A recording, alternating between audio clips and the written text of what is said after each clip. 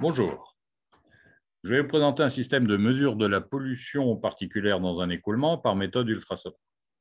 Cette méthode est appliquée ici aux matières en suspension en réseau d'assainissement dans le cadre d'une étude menée en collaboration entre le laboratoire IQube et l'ancien IFSTAR. Le principe des mesures ultrasonores est simple. On émet à intervalles de temps réguliers des pulses ultrasonores et on enregistre en fonction du temps l'écho des particules en suspension.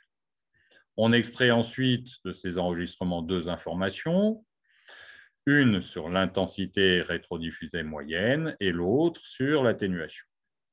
Si les particules sont de même nature, on obtient alors deux équations linéaires pour chaque fréquence émise, dont les inconnues sont la concentration massique totale et les fractions particulaires.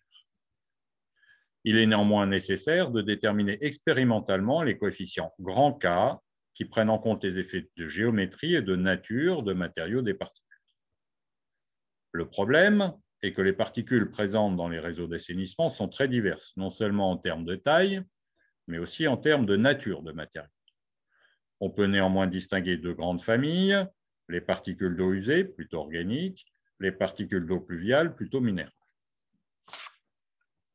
La détermination d'une concentration massique totale nécessite ainsi un certain nombre d'hypothèses simplificatrices. Première hypothèse, toutes les particules des eaux usées ou toutes les particules des eaux pluviales ont les mêmes coefficients grand K.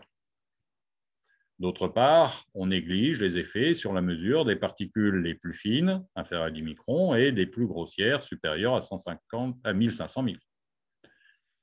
Le laboratoire IQube a développé un système de mesure in situ, doté de 3 transducteurs ultrasonores qui a été testé sur différents réseaux d'assainissement.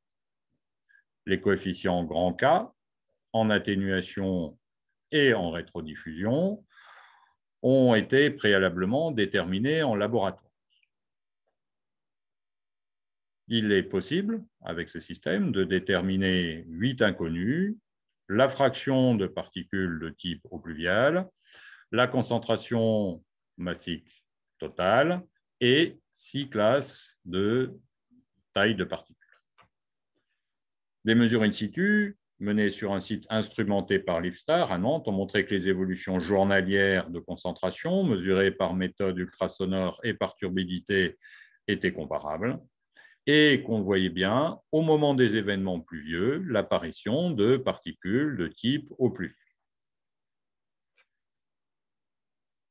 Malgré des résultats corrects, le traitement actuel des données ne permet pas une analyse suffisante de la nature des particules en suspension.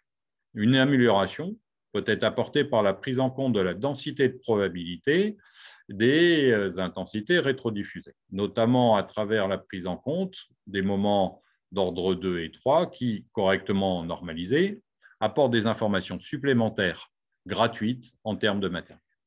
Je vous remercie de votre attention.